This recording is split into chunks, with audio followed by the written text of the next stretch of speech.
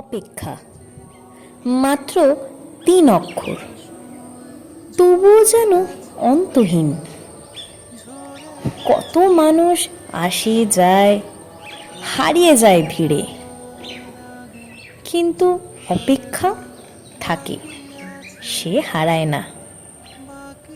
জানি সে আসবে, বা হয়তো আসবে না, তবু কেন এই অন্তহীন অধীরতার অধীনতায় অপলোক থাকিছে?